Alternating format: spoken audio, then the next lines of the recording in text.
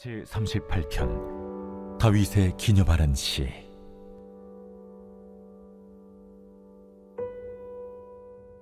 여호와여, 주의 노하심으로 나를 책망하지 마시고 주의 분노하심으로 나를 징계하지 마소서.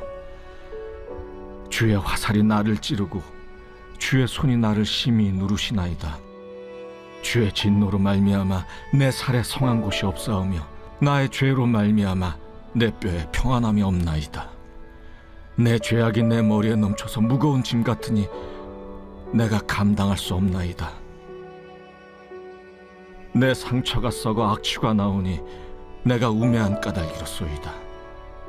내가 아프고 심히 구부러졌으며 종일토록 슬픔 중에 다니나이다.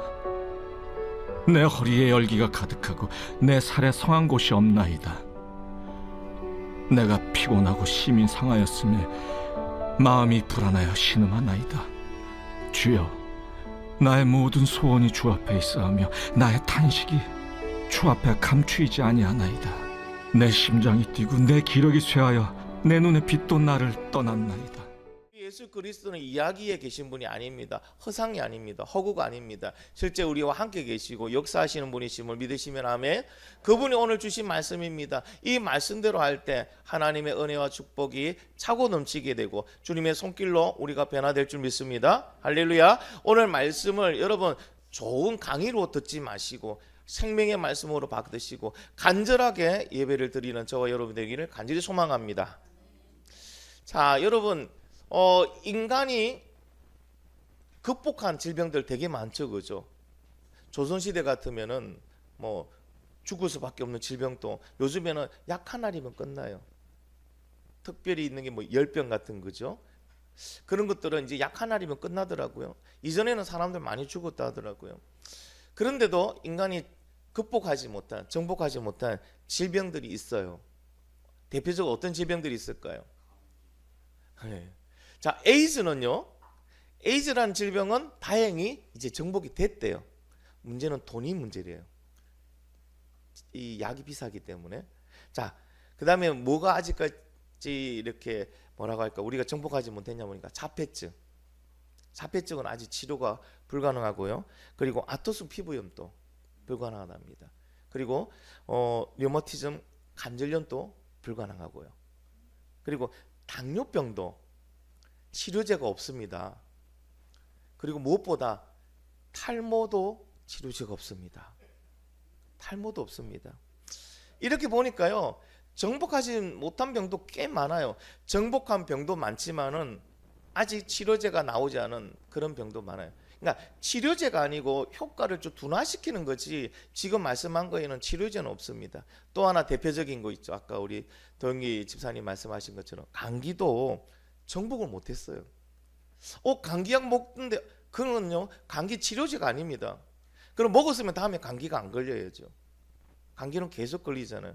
그거는 감기의 정상을 완화시키는 완화제 역할을 하는 거지 치료제는 아닙니다. 그런데 여러분 아십니까? 감기가 다른 병보다 더 위험하다는 거. 자, 위험하다는 이유는요, 감기라는 질병이 다른 질병보다 병적으로 위험하다는 게 아닙니다. 감기가 위험한 건요, 감기에 대한 우리의 경각심이 다른 병보다 너무 없다는 거예요. 자, 여러분 혹시 감기에 걸렸다고 식음을 전폐하고 삶의 의욕을 잃고 두려움에 떤 기억이 있습니까? 없죠, 그렇죠? 뭐 감기에 걸렸는데, 근데 감기도 불치병이거든요. 치료제가 없어요. 여러분 암은 그래도요 치료제들이 많이 나오고 있습니다. 그래서 암은 이전과 틀리시 암 환자들이 살아날 가능성이 되게 많아요. 근데 감기는 그런 치료제가 없는데도 불구하고 감기 걸렸을 때 갑자기 인생이 허무해지고 삶에 의욕이 없고 내일이 살아가기 힘들어지는 그런 사람은 아무도 없다는 거죠. 근데 암 진단을 받으면요 갑자기 두려워지죠. 앞이 막막해지잖아요, 그렇죠? 이만큼 감기는요 사람들이 그냥 스쳐 지나가는 바람 정도로 안다는 거예요. 그래서 감기를 쉽게 생각하고요, 우습게 생각해요. 그러다 보니까 감기를 그냥 방치시키는 분도 있어요. 그런데 문제는요, 이렇게 감기라는 것을 방치해 두면요, 급성폐렴, 중이염, 축농증, 내막염, 심근염, 늑막염, 신장팍막염, 신장염, 라이증후군 등 위험한 합병증을 일으킬 수 있다는 겁니다. 이게 감기로 인해서 생기는 합병증입니다. 그 외에 지병을 갖고 있는 분들은요, 더 위험하다고 얘기합니다.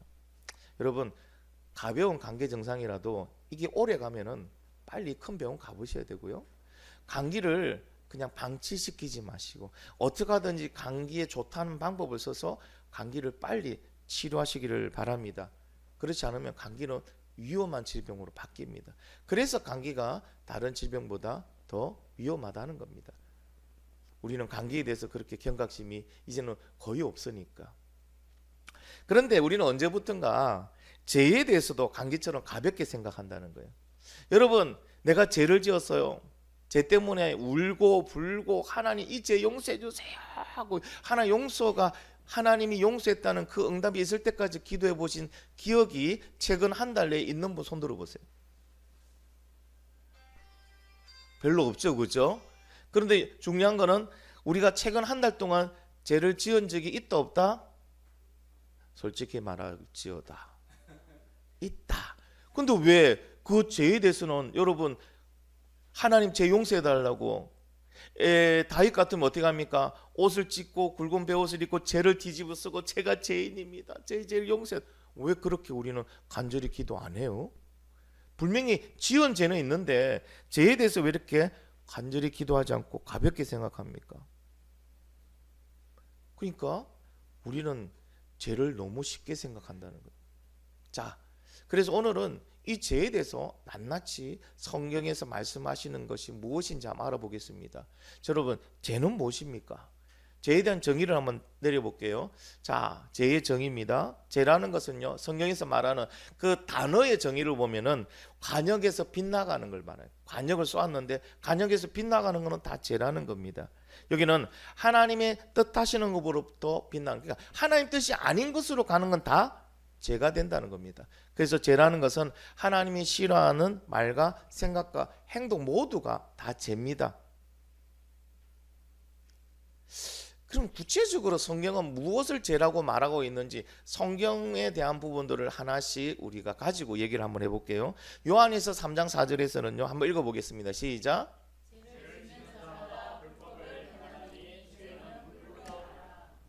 자, 여기서 죄는 불법이다 하고 정의를 내렸는데 불법이라는 단어보다는 무법이라는 단어로 번역하는 게 원어의 뜻에 더 가깝습니다.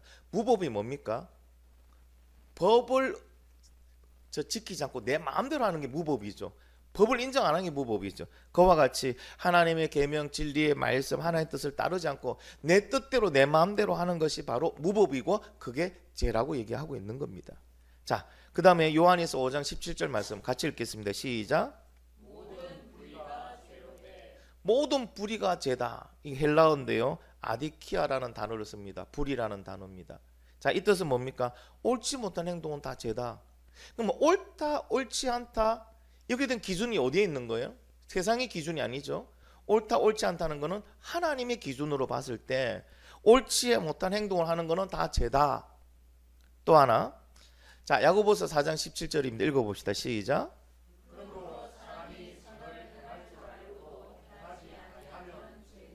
선을 행할 줄 아는데, 선인 줄 아는데 마땅히 해야 되는데 하지 않는 것이 죄다. 자, 그것은요, 하나님의 뜻에 합당한 줄 알면서도 고의적으로 하지 아니하면 죄다. 내 이웃을 내 몸같이 사랑해라 했습니다. 그렇죠? 자, 그러면 내 이웃이 지금 무거운 거 들고 가고 있습니다. 그럼 우리는 어떻게 해야 되죠? 도와줄 수 있는 내 상황이면, 내 두 손이 비어 있으면, 내가 건강한 상태면 도와줘야 되죠. 합당히 해야 되죠. 그렇죠? 근데 그것을 하지 않으면 뭔다고요? 죄다.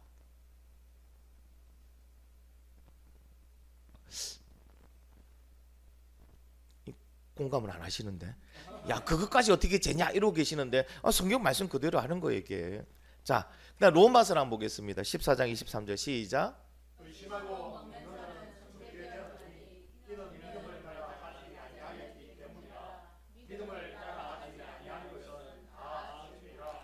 아멘. 자, 제사 음식은 먹으면 돼요, 안 돼요? 여러분, 음식이 여러분 음식이 나쁘고 좋은 게 없어요. 하나님 주신 모든 감사를 먹으면은, 그렇죠? 다 됩니다. 근데 문제는 뭐예요? 내가 이걸 먹는데 조금이라도 믿음이 끄름직해. 좀 나는 아닌 것 같아. 그런 상태에서 먹으면 뭘 한다고요? 죄가 되는 거예요. 근데 내가 믿음으로 이건 하나님 주신 건데 뭐 우상이 어디 있어? 신이 어디 있어? 나쁜 신이 어디 있어? 하나님 주신 거 난 먹을 거야. 믿음으로 이것을 감당할 수 있어 먹으면은 죄가 안 돼요. 근데 문제는 뭡니까? 내가 먹는 모습을 보고 다른 연약한 사람이 보고 그것을 보고 혹시 시험에 들면은 안 먹는 게 더 낫다고 하죠, 바울은. 자, 그래서 말합니다. 믿음의 확신 가운데서 하지 않고 뭔가 찝찝한데 믿음의 확신이 없는데 마침 내가 믿음이 좋은 것처럼 행하는 모든 것은 뭐라 한다고요? 죄가 되는 거예요. 그러니까 우리는 어떻게 해야 됩니까? 믿음의 확신 가운데서 행하는 사람이 되어야 됩니다. 말을 하든 행동을 하든. 그렇지 않은 것은 성경은 죄라고 얘기를 하고 있습니다. 자, 지금까지 제가 말씀드린 것 중에서 여러분이 오늘 처음 듣는 말씀이 있다 없다? 다 아는 말씀이다. 맞죠? 이미 우리는 죄에 대해서 너무나도 정확하고 명확하게 알고 있습니다. 근데 문제는요, 죄에 대한 나의 반응이 문제입니다. 여러분은 죄에 대해서 어떻게 반응하고 있습니까? 성경은 명확하게 이게 죄다. 하나님 뜻대로 하지 않아야 하는 거, 그렇죠? 하나님께서 싫어하시는 말과 행동과 생각이 다 죄다고 명확하게 말씀해 주셨고 죄에 대해서 어떻게 해야 된다고 말씀해 주고 있는데 우리는 죄에 대해서 얼마나 경각심을 가지고 하나님 뜻대로 죄와 싸우고 있냐는 거죠. 우리 한 달 내에 지은 죄 해보니까 많잖아요. 그런데 그 죄를 붙들고 하나님께 용서해달라고 회개하고 운 기억은 별로 없잖아요. 우리는 언제부턴가 죄를 감기 정도로 생각합니다. 지나가는 바람 정도 생각합니다. 이 정도면 뭐 괜찮지, 뭐 이 정도까지야, 그렇게 생각하고 지나칠 때가 많이 있습니다. 자, 여러분, 우리가 죄를 용납하고 죄가 우리 안에 들어오면 어떻게 될까요? 그런 식으로 여러분 죄를 계속 들어오면 아무리 연약한 여러분 그냥 뭐 그렇게 심하지 않지만 감기라는 이 바이러스가 계속 몸 안에 들어오면 어떻게 될까요? 죄로 인해서 내 영이 무너지기 시작하고요. 내 영이 무너지면 육신도 같이 무너집니다. 그래서 이렇게 말합니다. 세상의 모든 병이 죄로 인해서 발생하는 건 아닙니다. 그러나 죄 때문에 생기는 병들이 많이 있습니다. 놀랍죠, 여러분? 왜? 우리 영과 육은 떨어질 수 없거든요. 내 영이 병들면요, 내 육이 병들 수밖에 없다는 겁니다. 그것을 오늘 누구의 모델 케이스로 볼 거냐면 다윗의 모델로 볼 겁니다. 오늘 다윗이 그것을 고백하고 있거든요. 자, 다윗이 1절에 뭐라고 고백하는지 한번 들어보겠습니다. 같이 읽어볼게요. 시작.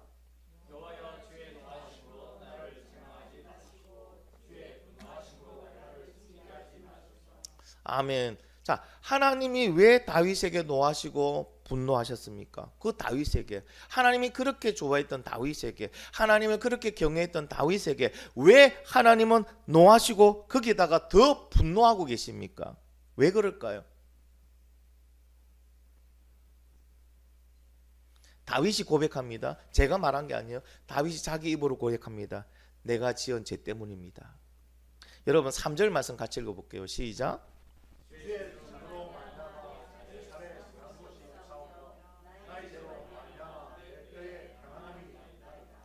아멘.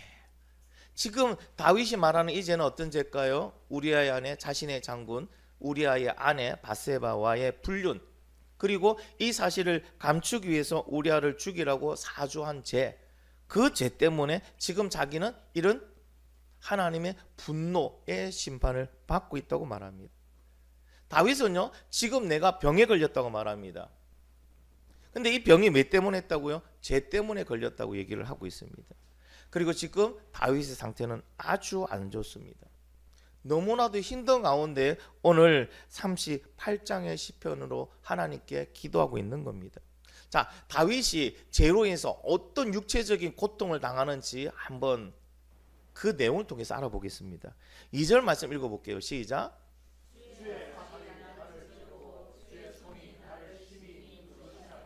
자기가 지금 겪고 있는 고통을 표현한 방법인데요. 주의 화살이 나를 찌른다는 것은 화살 한 발이 날라와서 꼽혔다는 게 아니에요. 원어의 뜻으로 보면요, 수없는 화살이 몸 안에 꼽혔다는 거예요. 얼마나 여러분 괴롭겠습니까? 그런데 더 놀라운 거는요, 주의 손이 나를 심히 누르신대요. 여기 주의 손이란 뭔가 주의 권능을 말합니다. 주의 권능이 압박 상처로 지금 화살이 꼽혀서 이 아픈 부위를 어떻게 한다고요? 누르는 거예요. 한번 여러분 상상해 보세요. 그 고통이 얼마나 심한가. 이게 뭐로 생긴 고통이라고요? 죄로 생긴 고통이에요. 그 질병이 생겼는데 이 질병의 고통이 그냥 우리가 견딜 수 있는, 이 정도는 견딜 만하다는 고통이 아니에요. 수많은 화살이 몸에 꼽혔는데 거기에 하나님이 진노의 그 권능의 손으로 그 상처 부위를 눌러버립니다. 생각만 해도 끔찍하지 않습니까? 자, 3절은 뭐라고 얘기합니까? 같이 읽어봅시다. 시작.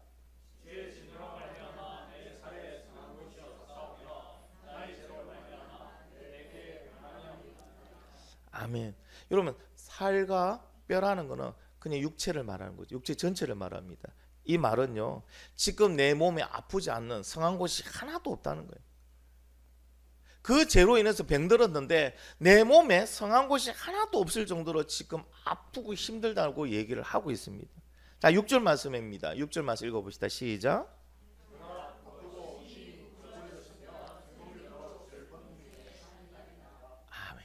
여러분, 몸에 통증이 너무 심하면 몸이 어떻게 돼요? 자동적으로 구부러지고 비틀리죠, 그렇죠? 그리고 온전히 이 통증으로 괴로워하는 거예요. 너무 힘들고 아프니까 통증이. 그러니까 바른 자세라는 게 없어요. 한 번은 제 친구가 허리가 아픈데 얘가 미치는 거예요. 왜? 바로 누워도 아프고 옆으로 누워도 아프고 일어서도 아프고요, 뒤집어 누워도 아프고요, 어떠한 상태로도 허리가 아프더래요. 근데 놀라운 것은 자기가 하나님 앞에 회개하고 나면 허리가 낫는데요. 그런데 또 그와 같은 죄를 지으면 또 다시 아프대요. 또 혈기 내고 또 분내면요, 허리가 끊어질 때 아픈데요. 그럼 다시 하나님 앞에 회개하면요, 또 낫는데요. 그 친구 지금 목회하고 있습니다. 성격이 되게 먹었습니다. 우리 여기 우리 최시성 가지신 분 없으시죠? 있으신가요? 진짜 고집 그런 고집 저도 처음 봤습니다. 근데 하나님이 다루시더라고요. 하나님이 그 죄를 다루시는 모습 봤습니다. 여러분, 다윗이 지금요 너무 심한 고통을 온몸에 그냥 꼬이고 있는 거예요. 막 뒤틀리고 있는 거예요. 그것을 지금 6절이 말하고 있습니다. 자, 7절은 뭐라고 말합니까? 읽어봅시다. 시작.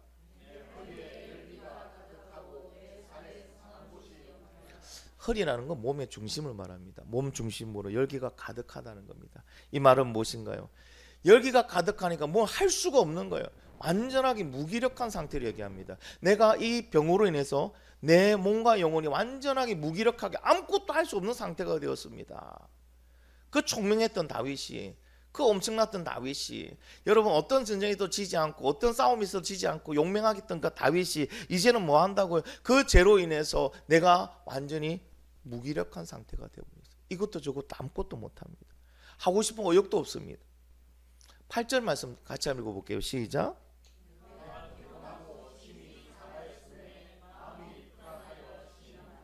그냥 뭐 내가 지치고 피곤한 이 정도가 아닙니다. 여기서 피곤하다는 이 단어는요, 시체와 같이 되었다는 거예요. 손가락 하나 까딱할 수 없다. 이제 모든 게 내 에너지가 다 소진되어서 나는 손가락 하나 까딱할 수 없는 시체가 되었다. 그리고 심히 상하였다는 것은 어느 정도로 상했냐면요, 여러분 절구통 아시죠? 거기다 곡식을 넣고 빻으면 어떻게 되죠? 그냥 형체가 사라지고 가루가 되죠. 지금 내가 그렇게 가루가 되어버렸다. 그래서 그냥 입에서는 뭐만 나옵니까? 너무 아프면요, 사람이 제대로 아프다는 얘기도 못하고 신음소리밖에 안 나오죠. 지금 다윗이 몸이 상태가 그렇다라고 얘기를 합니다. 다윗은 이처럼요, 내 육신은 거의 시체와 같이 되었다. 이제 나는 뭘 할래 할 수도 없고 할 생각도 못 가지고 마음엔 불안함으로 가득 차고요, 너무 고통스러우니까 그냥 신음소리만 입 밖에서 나오고 있습니다 라고 얘기를 합니다. 왜? 뭐 때문에 이런 질병에 지금 다윗은 시달리고 있습니까? 다윗이 지은 죄 때문에, 하나님께 회개하지 않고 끝끝내 버티고 있던 그 죄 때문에. 그래서 결국 다윗은요 서서히 그 죄 때문에 고통 속에 말라 죽고 있는 겁니다. 그렇죠? 결국에는 다윗은 이 죄 때문에 자기는 고통 속에 서서히 말라 죽고 있는 모습이 보이고 있습니다. 이런 다윗의 모습은요 어찌 보면 당연합니다. 왜? 죄는요 무서운 게 하나님과의 단절이죠. 그동안 다윗이 받았던, 하나님으로 받았던 그 은혜, 사랑, 평안, 확신, 담대함, 그렇죠? 그 모든 것이 단절로 인해서 끊어져 버렸어요. 그러니 다윗은요 미칠 수밖에 없습니다. 내 영이 단절돼서 말라 죽어가면요 육은 따라 죽습니다. 자 보세요. 식물에게 필요한 게 뭡니까? 물이고 햇빛이고 영양분이죠. 이것이 공급되지 않으면 식물은 어떻게 됩니까? 서서히 말라 죽어버려요. 다윗은 지금요 하나님으로부터 영적으로 공급되는 걸 공급받지 못하니까요 영이 말라 죽으면서 육도 고통 속에 서서히 죽어가고 있는 모습이래요. 다윗의 이 고통, 그렇죠? 너무나도 참 우리가 생각해도 괴로웠고 감당하기 힘든 거죠. 자, 그런데 그 믿음의 사람, 그 기도의 사람, 그 하나님과 함께 했던 사람이 왜 이 지경이 되도록 방치해 두었던 걸까요? 왜 이 지경이 되도록 방치해 둔 건가요? 다윗은 왕으로 그 정도는 해도 된다고 생각했어요. 그게 사탄의 속삭임이죠.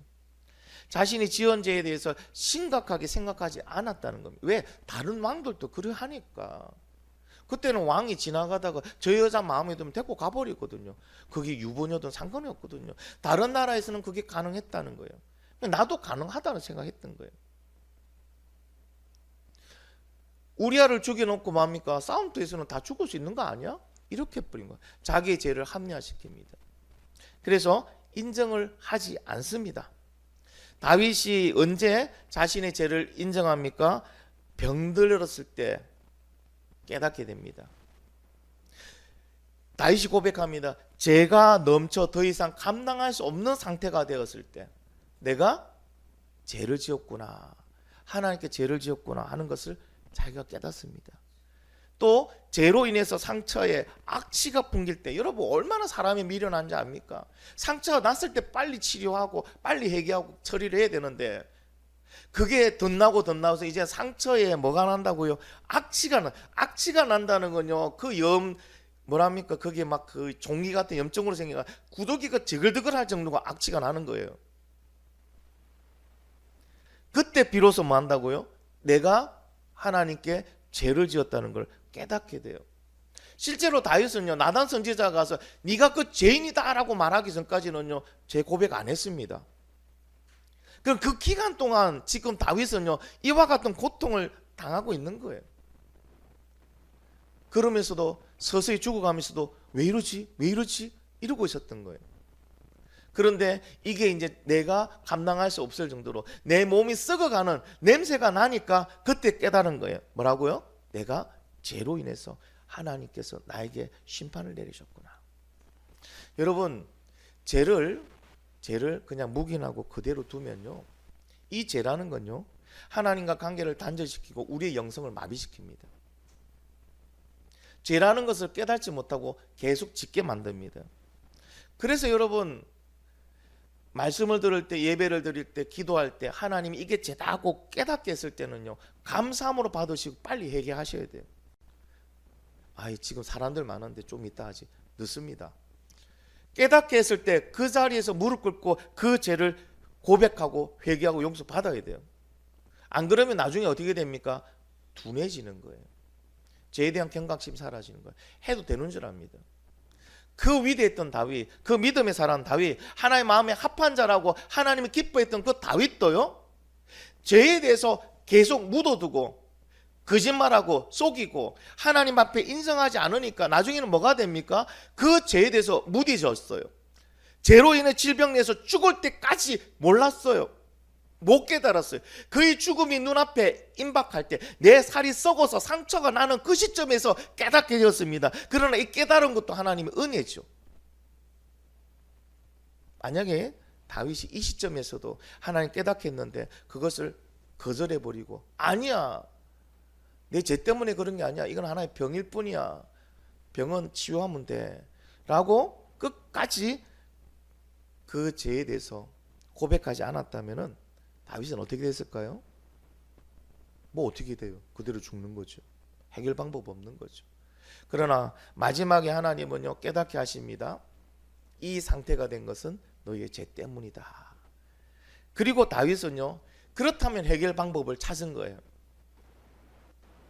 해결 방법을 찾았습니다. 여러분, 그 해결 방법이 뭘까요? 시편 38편 9절입니다. 같이 읽어볼게요. 시작.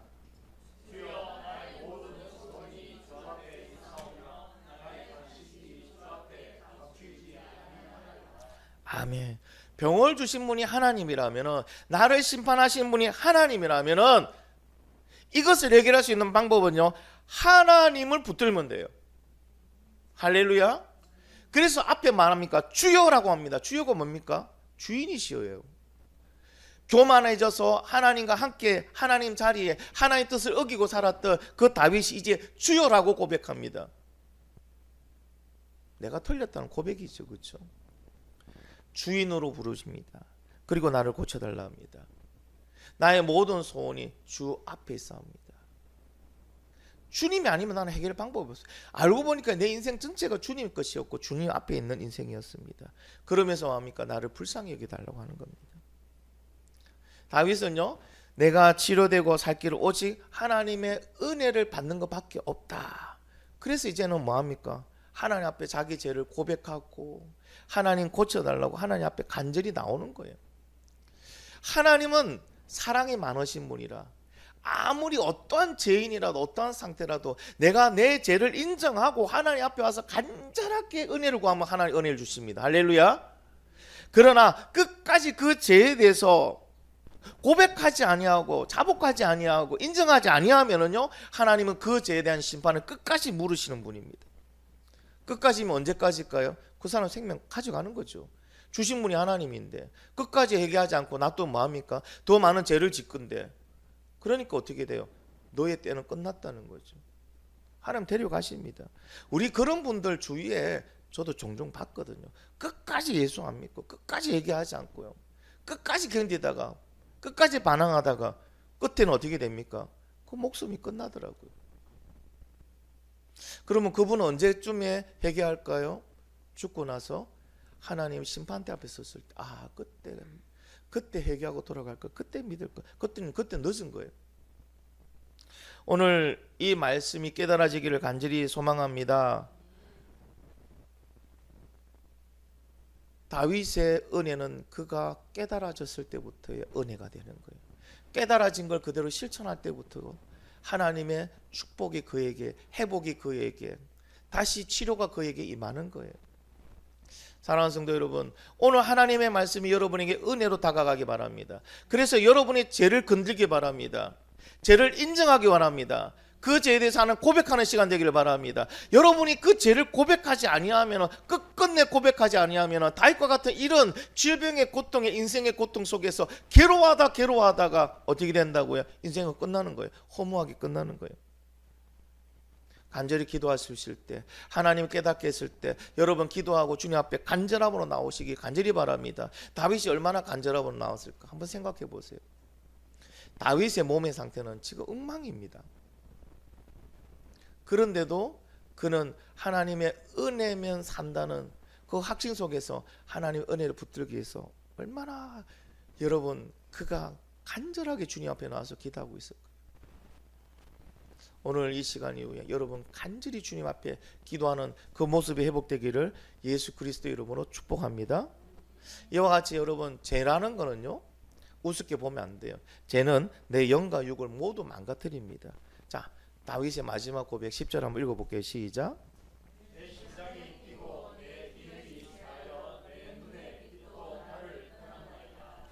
아멘.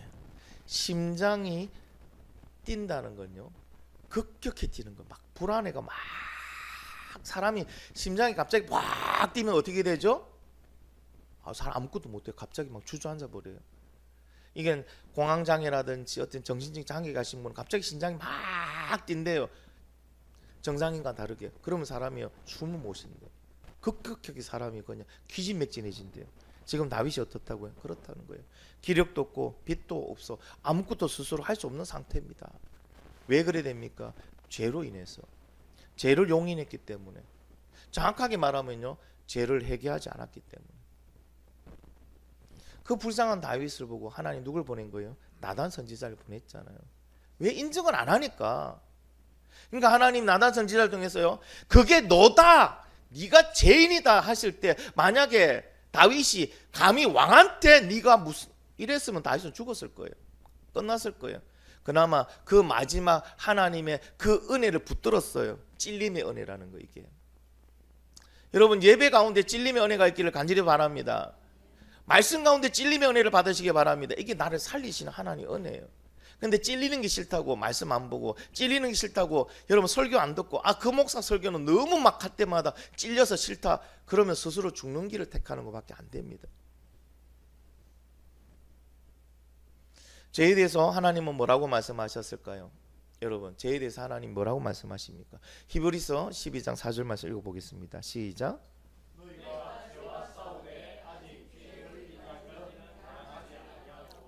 시온 성경에는 더 실감나게 이걸 번역하고 있습니다. 시온 성경 버전으로 다시 한번 읽겠습니다. 시작.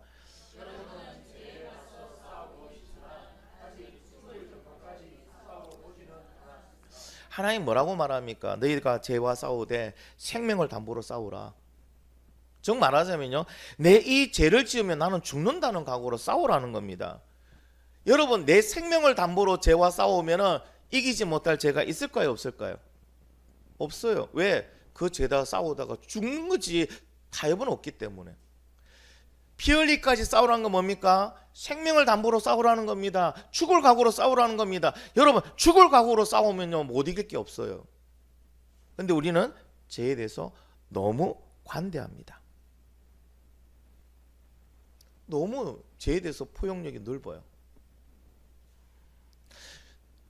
주님은요, 어떠한 죄라도 가볍게 생각하고 넘기지 말라고 합니다. 여러분, 물어볼게요. 거짓말하는 죄와 우리 중고등부 있네요. 대답해봐요. 거짓말하는 죄와 살인하는 죄 중에 어느 것이 더 나쁘고 큰 죄일까요? 거짓말이에요? 우리 옆에 친구는 거짓말이에요? 죄송하지만 둘 다 십계명에 하지 말라 되어 있어요. 그럼 둘 다 동일한 죄라는 거고요. 하나님의 말씀을 불순종하는 죄예요. 살인을 했던 거짓말을 했던 둘 다 동일한 죄입니다. 근데 우리는 언제부턴가 나도 모르게 서서히 큰 죄, 작은 죄 우리 기준으로 나누고 있어요. 그리고 말합니다. 뭐 그 정도 죄는, 거짓말하는 그 정도는 놈들 다 아는데 뭐 그 정도? 아니 가늠하지 말라는데 지금 돌아가는 여사들이 너무 헐벗고 다니는데 그걸 보고 어떻게 마음이 쿵하지 않나? 그 정도는 괜찮지 않나? 여러분, 우리도 모르게 작은 죄 큰 죄로 나누고요, 이 정도는 괜찮다고 스스로 생각합니다. 자, 물어볼게요. 하나님께서 큰 죄와 작은 죄를 나누어서 말씀하신 적이 있다 없다? 더 크게 있다 없다? 오히려 예수님께서는요, 직접 사람을 죽이는 거나 네 형제를 미워하는 거 다 동일하게 살인죄라고 얘기하십니다. 이 무슨 말입니까? 생각으로 짓는 죄조차 하나님께서는 용납하지 않으시겠다는 겁니다. 맞죠? 그렇죠? 왜? 죄는 생각에서부터 시작하니까. 그러니까 우리는 뭐라 하라고요? 하나님, 우리의 마음에 생각부터 너희가 단둘이 해라. 생각의 죄부터 목숨을 담보로 해서 싸워라. 뭐 감기 정도는 괜찮지 하고 놔두지 말고 그 생각의 죄가 내 속에 들어올 때 그때부터 우리는 목숨을 걸고 싸워라. 여러분, 사탄은요, 우리가 직접 행동하는 죄를, 그런 죄를 지으라고 유혹하지 않습니다. 가서 사람 죽여라 그런 식으로 우리를 유혹하지 않습니다. 마음에 악한 생각을, 불순물의 악한 생각을 집어넣으면서 우리를 조종하는 거예요. 어떻게 해요? 저거 시키 저거요, 내 마음에 안 든다는 거예요. 마음이 뭐합니까? 사람을 싫어하고 사람에 대한 존엄성을 낮춰버리고 저런 거는 사라져야 된다고 분내게 만들고, 결국에는 이런 마음을 가진 사람이 뭐합니까? 묻지마 살인을 하더라고요. 주차 시비 붙었는데 질 것 같으니까 뭐 한다고요? 막 성이 나니까 분을 억제치 못해서 뭐 한다고요? 집에 가서 도구 가져와서 사람을 죽여버리더라고요. 사탄의 전략이 그래요. 자, 물어볼게요.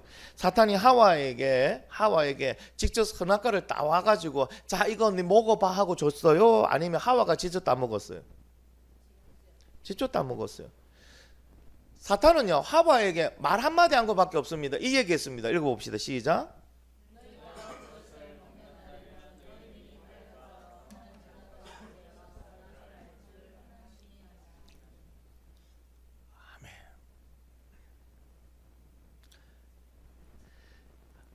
사탄은 하와에게 억지로 팔을 끌고 가서 선악과를 따게끔 안 했습니다. 자기가 따와서 하와의 입에 쳐넣은 것이 아닙니다. 뭐 한다고 말 한마디 했어요. 이 사탄의 악한 생각을 하와는 막아야 됐습니다. 그런데 사탄이 준 이 생각의 죄를 하와는 가볍게 여겼어요. 그 생각의 죄를 가지고 선악과를 보니까 먹음직스러운 거예요. 그럼 뭐 하겠어요? 그 다음에 남아있는 단계는 뭐예요? 따서 먹는 거죠. 하와는 이 사탄이 준 악한 생각과 피 흘리까지 싸우지 않았습니다. 결국에는 선악과를 따먹는 악한 죄를 지었습니다. 사랑하는 성도 여러분, 죄에 대한 인식이 이제는 전환되어야 됩니다. 바뀌어야 됩니다. 생각의 죄도 죄라는 것을 이제는 깨달아 알고 그 죄와 싸워야 됩니다. 누군가가 진짜 밉습니까? 그럼 나 뭐 하고 있는 거예요? 살인죄예요. 근데 미워한 거에 대해서는 하나님 앞에 하나님 내가 누구를 미워했습니다. 살인했습니다. 용서해 주시옵소서. 이와 같은 죄를 짓지 않도록 지켜주시옵소서. 눈물 흘리며 얘기하는 사람은 아무도 없어요. 어거스틴이요 성령이 충만하니까 어떤 죄까지 고백했는지 아십니까? 아기 때 엄마 모유를 먹잖아요. 그 모유를 먹으면서 왜 아기는 이빨이 이렇게 나면은 건질건질하니까 자기도 모르게 엄마의 그를 깨물잖아요. 엄마가 아파했잖아요. 그것까지도 회개했어요. 우리는 그게 죄라고 생각도 안 하잖아요.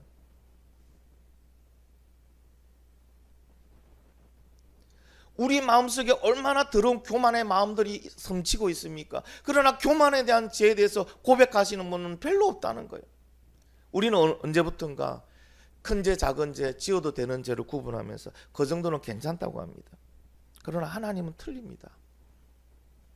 경계하라 합니다. 필리까 싸우라 합니다. 왜 그런지 아십니까? 우리의 그릇이 깨끗해야 하나님의 그 좋은 것을 다 주실 수 있는데, 하나님은 더 많은 걸 주기를 원하시는데 우리의 그 그릇에 똥이 묻어 있네요. 똥이 묻어 있는데 어떻게 줍니까? 여러분, 죄에 대한 인식을 바꾸십시오. 내가 지금 목욕하고 금방 나왔어요. 그런데 내 옆에 지나가는 애가 손에 똥을 묻어가 있는데 그 묻은 손으로 나를 만졌어요. 나를 만지고 갔어요. 자, 여러분은 어떻게 하시겠습니까? 1번, 귀찮아서 다시 목욕하지 않는다. 그냥 산다. 2번째, 에이, 똥에 눈에 보이는 것도 아니고 뭐 냄새도 그렇게 안 나니까 그냥 모른 체 하고 산다. 3번째, 그 아이의 손에 묻어있는 똥을 보고 기겁하고 들어가서 다시 씻는다. 1, 2, 3번 중에 여러분 어떻게 하시겠습니까? 다 3번 하죠. 근데 왜 죄에 대해서는 그렇게 간대하십니까? 여러분, 솔직히 똥은 묻어도 돼요. 똥은 묻어 있어도 내 영혼과 인생을 망치지는 않습니다. 단지 더럽고 냄새날 뿐이지. 근데 죄는 다르잖아요. 죄라는 거는 아무리 그냥 생각이 죄라도 그냥 묵인하고 놔두면요, 그것이 뭐 한다고요? 하나님 관계가 단절되고 내 영혼과 내 육체를 서서히 망가뜨립니다. 그런데도 우리는 그냥 관대하게 놔둬버리잖아요. 여러분, 죄에 대해서 방관하고 더 이상 묵인하지 마시기 바랍니다. 우리 보고 완벽하게 죄짓지 말고 살라고 하나님 요구하지 않으셨어요. 만약에 완벽하게 죄짓지 말고 살라고 했으면 회개의 문을 열어주진 않았을 거예요. 하나님은 우리가 최선을 다해서 죄와는 목숨 걸고 목숨을 담보로 싸우기를 원하시면서도 뭐하냐고요? 우리가 연약해서 죄에 대해서 넘어질 걸 아니까 하나님은 회개의 문을 열어주셨어요. 회개의 은혜를 허락해 주셨어요. 그래서 죄에 대해서 늘 심각하게 예민하게 깨닫게끔 하나님의 말씀과 성령과 양심이라는 것을 통하여 계속 가르쳐 주시는 거예요. 왜? 씻으라고. 네 몸에 똥이 묻어 있으니까 이제 씻으라고. 네 그릇에 똥이 묻어 있어 내가 좋은 걸 못 담아주니까 씻으라고. 그는 은혜를 위해서 그러는 거지 우리를 벌 주려고 그런 게 아니에요. 그래서 어떤 죄든지 스스로 고백하면 하나님께서요 그 사랑으로 용서해 주신다고 약속해 주신 거잖아요. 그런데도 불구하고 회개하는 걸 싫어합니다. 하나님 성령 충만하게 해주세요. 하나님 신유의 은사를 주세요. 하나님의 은혜를 주시옵소서. 성령 충만하시고 하나님의 능력을 가까이 해주세요. 이런 기도는 잘합니다. 근데 아니요, 하나님 내가 이런 죄를 지어서 용서해 주세요. 하나님 이런 죄를 지어서 용서해 주세요. 하나님의 거룩한 성전을 이렇게 더럽혔습니다. 용서해 주세요. 그런 기도는 잘 안 하더라고요. 왜 그럽니까? 죄에 대해서 너무 둔감해진 거예요. 사랑하는 성도 여러분, 이제 죄에 대한 인식을 완전히 바꾸시기 바랍니다. 어떠한 죄라도 내 몸에 들어오거나 하나님 깨닫게 하시면요 그것을 붙들고 하나님 용서해달라고 기도하시기 바랍니다. 그때 뭐가 임한다고요? 은혜가 임하는 거예요. 그때 능력이 임하는 거예요. 깨끗한 그릇에 하나님은 능력을 부어주시는 거예요. 거룩하게 살기 위해서 그렇게 몸부림치는 그 자녀의 모습을 보고 하나님은 성령의 능력을 부어주시는 거예요. 죄가 있는 사람에게 어떻게 성령의 능력을 부어주며 하나님의 은혜를 부어줍니까? 안 되죠. 여러분 하나님의 능력 받고 싶으신 분들 아멘. 하나님 축복을 받고 싶은 분들 아멘. 그럼 죄와 싸우십시오. 그리고 주님 말씀대로 살려고 애쓰고 기쓰고 성령의 도움을 어떻게 하든지 받아서 그 길을 가려고 여러분 노력하시기 바랍니다. 그러면 돼요.